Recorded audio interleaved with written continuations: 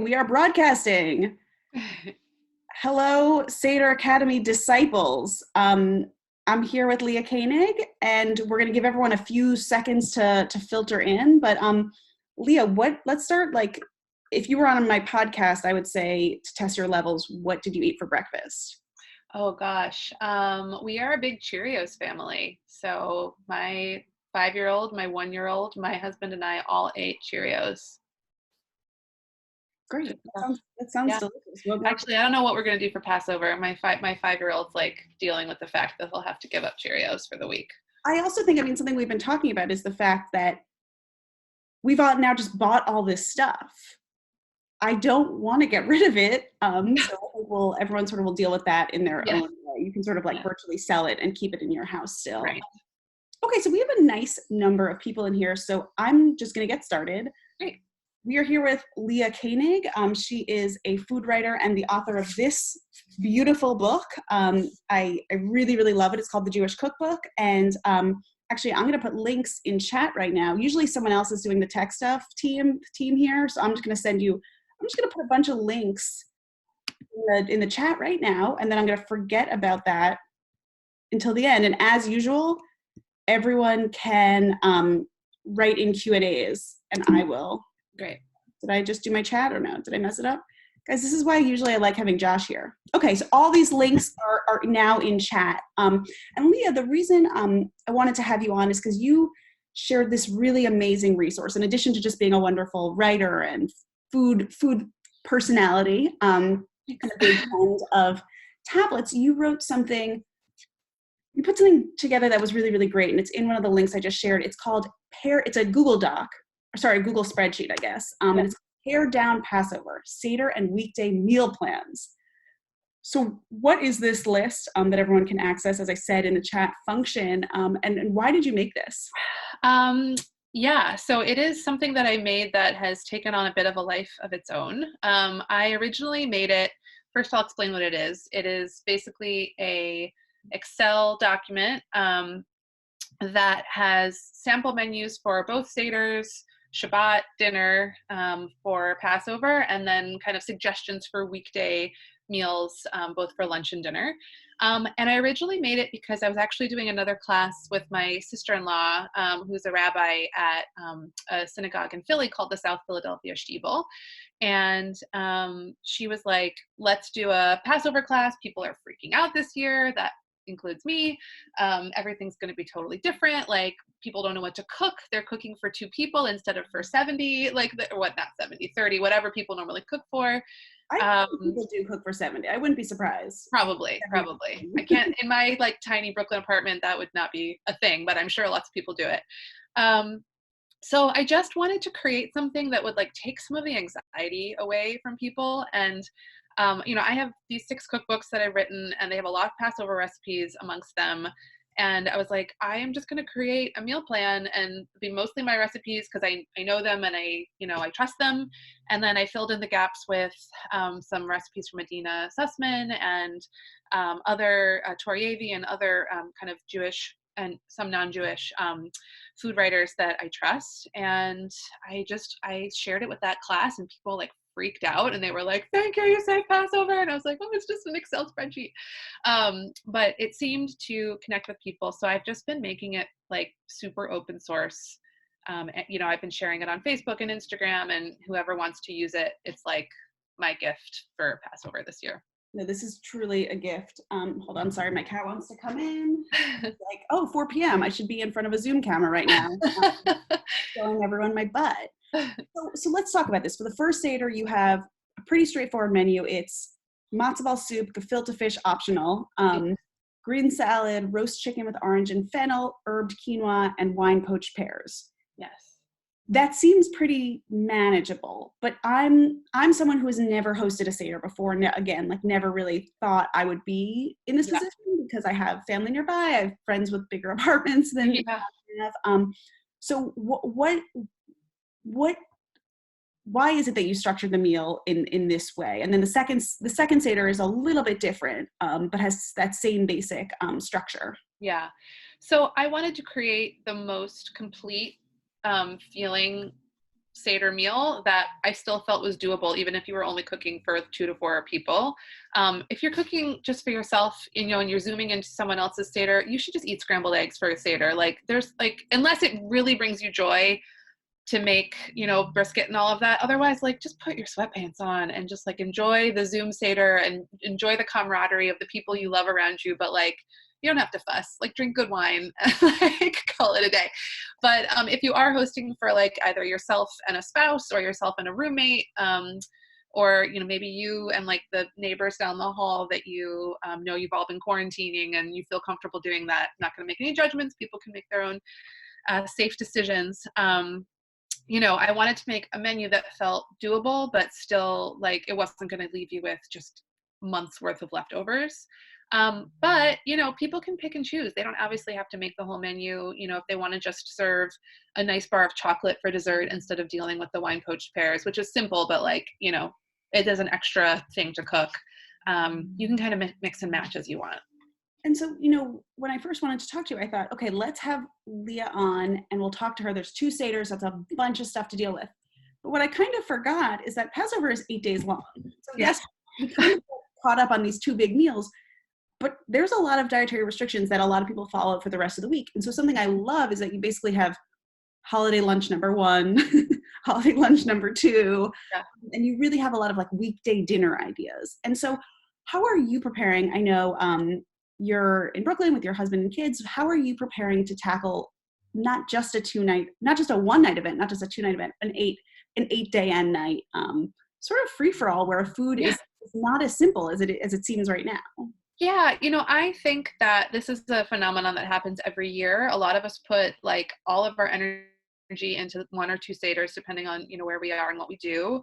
And we kind of forget about the rest of the week. And then we end up just eating like matzah with cream cheese, which is delicious, but like 6 days of that is too much after the Seder. So what I often do is rely on the art of matzah pizza. You can do so much with matzah pizza to make it delicious every day. I do a lot of fish over the course of the week. I rely heavily on quinoa over the course of the week. I'll take a lot of leftovers and turn them into frittatas. So if I have leftover asparagus and leftover like roasted potatoes, put those together, maybe throw some lox if you have a package that you got before the holiday, and you have like an amazing frittata for lunch or dinner that doesn't really have all that much effort involved because you've already cooked the vegetables. So I do a lot of that. I also really like to rely on all of these amazing alternative flours that have kind of sprouted up because, oh, pun intended, not intended, sprouted up because of folks going gluten-free and paleo. So all of a sudden you see coconut flour and you see almond flour, and not just in like health food stores, you see them with kosher for Passover certification. So they're making their way. You see hazelnut flour. So I like to make, you know, muffins, especially with my 5-year-old, like snacks on the holiday that aren't just like garbage potato chips with cottonseed oil, which is just like the worst. I like to make a lot of like muffins and like quick breads. Like you can make a pretty decent banana bread with almond flour and coconut flour. We kind of snack on that as we go. And so where do you fall on the kidney oat? No, yes or no kidney oat? And for So our viewers, kidney oat is just basically Sephardi Jews eat rice, legumes. Quinoa, I think, has been established as okay for everyone by the rabbinic authorities, Baruch Hashem. But there's a lot of people who, you know, if you're Ashkenazi, you don't really eat kidney oat. Some people have just taken that on. It does make things easier if you can eat rice. Yeah, it does. So I grew up in the conservative Jewish tradition. My husband grew up modern Orthodox. At this point, our household falls closer to the conservative realm of things in terms of our practice. And the conservative movement, I think it was either last year or no, 2 years ago now, actually okayed kidney oat. So you can eat beans and legumes. And this is something the Reform movement did a while ago. I don't think the Orthodox movement probably will. But I mean, I should never say never. But just because I didn't grow up eating, like I didn't grow up eating chickpeas and beans and rice and peanut butter and things like that on the holidays. So it still feels strange to me to do it. So we don't, even if like observance wise, we probably like could justify doing that. But we don't have kidney oat, so it is a little bit tougher. Like I kind of feel like if you can have kidney oat, I mean, you can make chili, you can make bean, whatever, like frittatas with bean. You can do all sorts of stuff that you can't do without them. So if you are on the kidney oat spectrum, like more power to you. Yeah, seriously. So do you have any advice for people right now who are grocery shopping, not only for just the strange time we're in, but also like trying to find a brisket right now, which I'm thinking about. Is this weekend too late to find it? It is hard. It is on the cusp of being too late. If you haven't started, I don't mean to freak you out, but if you haven't started sourcing for Passover, especially if you really care about things with hechshers, like do it right after you get off of the Zoom. Because, there are like online sources, like my friends run Grow and Behold, which is a kosher sustainable meat company. And my friend Naf, who runs it, was like, our Passover orders this year are more than double last year. And they're doing a heroic job of restocking their site, and stuff is selling out the afternoon it gets restocked. And I've seen a lot of websites. There's this website called aviglot.com, which is like where you can find anything kosher, including like a wide array of like kosher for Passover spices and tomato sauce and cheese. And they're like, they're just done. Like you can't order from them anymore. And then, places like Fairway in New York, if folks are in New York, like that's where I got a lot of my stuff. They're like also, I mean, I think they're still pretty well stocked. You can try there. So my strategy for folks this year, especially now, is like you're going to have to kind of go with a cobbling together approach. You're not going to go one-stop shopping and get all of your matzah meal and everything in one spot. Like I got, we get some gluten-free matzah, not because we're gluten-free, but because I actually really like it as like a cracker, not for the Seder, but for the rest. It's really delicious. It's actually better tasting to me than regular matzah. So we get the regular stuff for the ceremonial part, and then gluten-free just for like snacking. And I had to order from Target. Like I was trying to find it on like all of these kosher markets, and they were just out, or they only had like like everything bagel spice gluten-free. And I was like, I want plain. So I got the last 4 boxes at the Bensonhurst Target near me, and literally just today went to go pick them up. So you're just going to have to do a little bit, like try Costco, which has a lot of certified stuff. Try Whole Foods, try the little grocery store around the corner from you that may have, like, you're going to have to do it in a couple of different places. It's still doable, but do it now. So Bonnie is asking what the 2 sources that you just mentioned. So one is Grow and Behold, which I think is just, I'm not sure, I think their website is just Grow and Behold. Yeah, here, I'll type it in, growandbehold.com. So that is a kosher meat company. They're a little on the expensive side because they are both kosher, and also their stuff is sustainable. It's like pasture-raised meat. They work with local small farmers. So you are paying for a premium, but it's where I get all of my meat, and it's literally the most delicious meat like I've had ever. So if you're willing to, pay a little bit of a premium, not just for the delicious meat, but also the fact that they're still delivering, although I don't think for long, you have to make your selection soon. That's a good place to go. Yeah, also, one of our sponsors is the podcast is Whole Foods, which is KOL Foods, and I think that tomorrow is and that's, again, it's kosher, ethically humane, sourced, everything. I think their deadline is tomorrow or Friday to order for Passover, so that's wholefoods.com. Yeah, here, I'll put that one in too. So it's possible. It's just hard. I mean, it's a little bit of like a fun challenge, maybe. Yeah, you could think of it as sort of a scavenger hunt. I put in Whole Foods website and also kosherwine.com if folks are trying to get lots of wine. I know some of their deadlines for shipping have passed, but you can still email them. And I think New York maybe it's like today or tomorrow. So you can still get stuff from them. So Gary, you're asking, for those of us over 60 who are barricaded in, we are ordering all our groceries for delivery. What would be really practical and useful would be a suggested shopping list as a starting point. That's a good question. I think I want to find the doc that Tablet put up, which is sort of like what you'll need. That's less about food and that's more about things like for your Seder plate. Yeah. But Leah, what are some staples that people shouldn't miss? Sure. I mean, it really depends on, what your diet is, what types of things you eat and don't eat. So there's not going to be like a catch-all list for everybody. But I would say, you want to have your matzah. If you're baking, you want to have some of the, potato starch and almond flour and matzah meal if you like to bake with matzah meal. But what I would really focus on is actually fresh ingredients. So there's a whole array of things you can make without having any sort of kosher certification. You know, almost all vegetables, minus I think like corn and green beans if you don't eat kidney oat.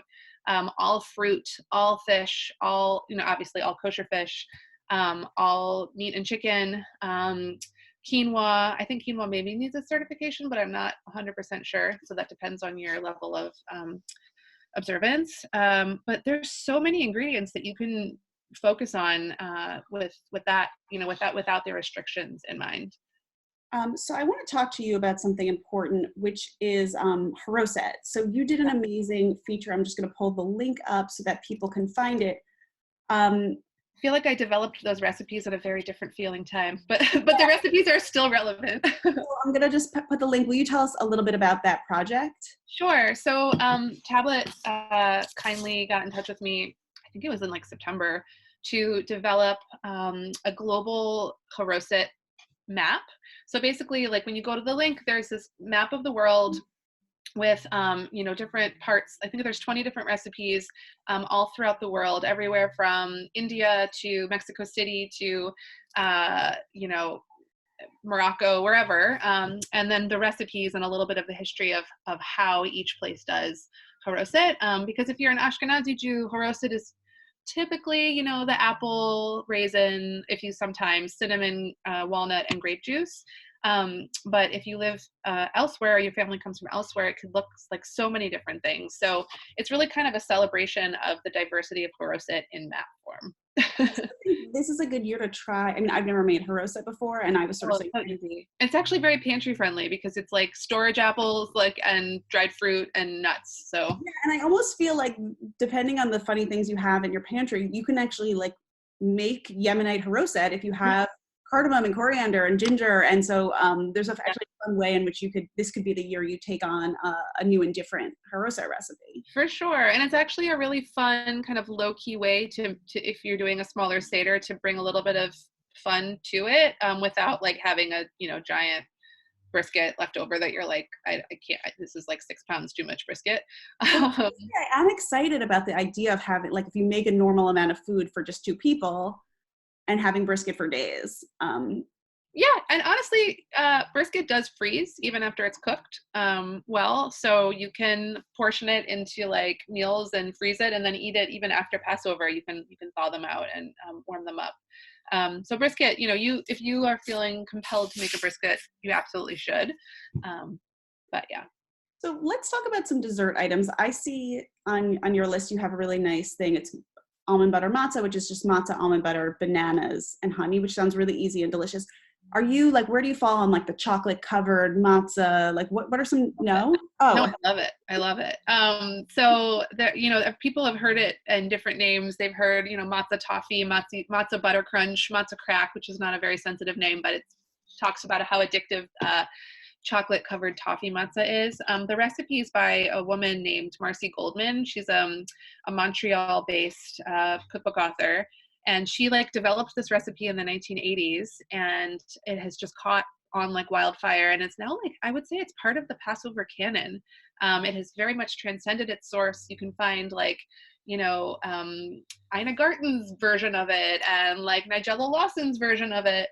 And sometimes it's lost its credit to its source, which is why I always mention her. But it's so easy. It's literally like matzah that you pour this like easy caramel sauce that you make with butter and brown sugar, or margarine and brown sugar. And then you put chocolate chips on it, and the residual heat from the caramel melts the chocolate. And then you spread that and let it cool and harden. And it's just this like brittle, it's so good. It's so good. Actually share that link. I talked to Marcy Goldman this week. I recorded an interview for Unorthodox that's going to air next Thursday. Oh, I forgot. I wrote about her. Yeah, you wrote about her for Tablet. That's when I first found out about it. Yeah. And so the funny thing about Marcy is that she has a cookbook, a new cookbook out. It's called the Newest Jewish Cookbook. And we accidentally stole her title. We titled the Newest Jewish Encyclopedia. But it's like a friendly thing. Yeah, it happens. So, it happens. There's a lot going on in the world. It's hard to keep track. Yes, but she, I mean, it's an amazing recipe. So, okay, does anyone, I see no questions. This is a food conversation. How are there no questions? Oh, Okay, so Gary's asking, what about a Pletzlach matzah meal-based bun substitute for sandwiches? Wow, I've never heard of that. What do you think, Leah? I've never made that. My mom used to make these like Passover popover things that were matzah meal and egg and like salt, and you'd like pour it into a muffin tin, and it would kind of pop, make literally like a popover. They were really good for like 30 seconds out of the oven, and then they stopped being really good. So I've never actually found a recipe for like a matzah meal based bun substitute that I like. That doesn't mean it doesn't exist, but for me, like I'd rather just kind of focus on, if I'm having like a hamburger, maybe I would serve it with like quinoa, and kind of do like a bunless situation. But Gary, if you find a recipe for it that you like, you can throw it in the chat for sure. But yeah, it's kind of my same philosophy with fake meat. I'm like, tofu's delicious, tempeh is delicious, seitan is delicious, but if you're trying to say that they're substitutes for meat, they're not as delicious. So I appreciate them as their own thing. Yeah, I agree. If you have something different and if you're not trying to like replicate a meal. I mean, I think that's the problem. Like if we have to sort of accept that we're not really eating bread this week for the most part. Right. So it's like stop trying. We're gonna fail if we try to recreate bread. Yes. Although you can make really deep, the matzo meal pancakes and pancakes made with almond flour are actually really good.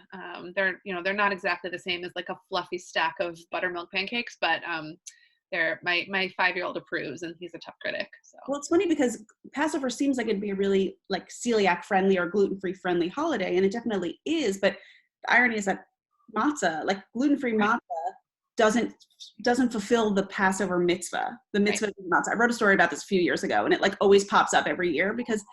Although if you are like celiac, you must be able to have some kind of. There's a dispensation, but of course, I mean, a lot of people. Sorry, there's a fire truck going by. Oh no, it's fine.